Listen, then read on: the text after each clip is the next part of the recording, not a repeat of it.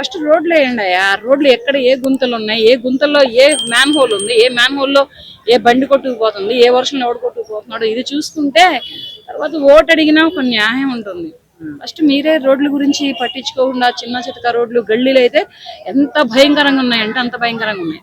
ఒకవేళ చీకట్లో ఏదైనా వీధి లైట్ కనుక ఆరిపోతే వాడిగా డైరెక్ట్ గా చావుకి ఎక్కినట్టే అలా ఉన్నాయి. రోడ్లే నరకానికి రహదారులా ఉన్నాయి. ఏదైనా నెగిటివ్ ఎందుకు తీసుకుందాం బ్రో, పాజిటివ్ తీసుకుందాం. చెయ్యొచ్చేమో ఈ మీదట, చెయ్యకూడదని ఎందుకు అనుకోవాలి? ఈ ఒక్కసారికి చేసి చూపిస్తే నెక్స్ట్ టైం వస్తారనుకోవచ్చేమో. ఇద్దరు అయితే పోటీలో అయితే పోరీగా ఉన్నారు. ఎవరు వస్తారనేది వెయిటింగ్. మాగంటి గోపీనాథ్ గారు ఆ రోడ్లకి ఏం చేశారో, జూబ్లీస్ నియోజకవర్గపు రోడ్లకి ఏం చేశారో, వీధి రోడ్లకి ఏం చేశారో, కొట్టుకుపోతున్నటువంటి రోడ్లకి ఏం చేశారో చూద్దాం. ఆయన అయితే ఏం చేశారనేది ప్రజలకి తెలుసు.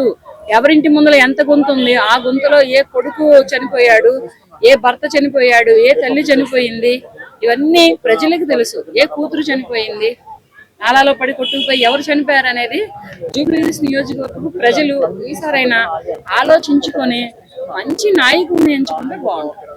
ఒకళ్ళని చెప్పేంత అవకాశం లేదు. ఎందుకంటే అటు సైడ్ మాగంటి గోపీనాథ్ గారు పార్టీని లోకాన్ని విడి వెళ్ళిపోయారు, ఇటు సైడ్ నవీన్ యాదవ్ గారు పోటీ చేస్తున్నారు. మరి వీళ్ళిద్దరికి ఎవరికని చెబుతాం? ఎవరికి చెప్పలేం. ప్రజలు తీర్పిస్తారు. ఓట్లు ఎలక్షన్స్ పెట్టినప్పుడు ఎలక్షన్స్ లో ఓట్లు వేసి ప్రజలు ఎవరికి న్యాయం చేయాలో, ఎవరికి తీర్పు ఇవ్వాలో వాళ్ళకే ఇస్తారు ప్రజలు. మిషన్లు వచ్చి దగ్గర 10-15 ఏళ్ళు అయిపోయింది. ఈ మిషన్లు వచ్చి మిషన్ల ద్వారా ఓటు వేయడం, ఓటు బ్యాలెట్ బాక్స్ లేదు. ఓటు బ్యాలెట్ బాక్స్ ఇస్తే దాన్ని బట్టి తెలిసిద్ది ఎవరేంటి అనేది. మరి ఓటు బ్యాలెట్ బాక్స్ కోసమే నేను కూడా వెయిటింగ్. మిషన్ల ద్వారా అంటే ఇక చెప్పలేం, ఎవరు వస్తారో ఎవరు పోతారో కూడా ఏం చెప్పలేం.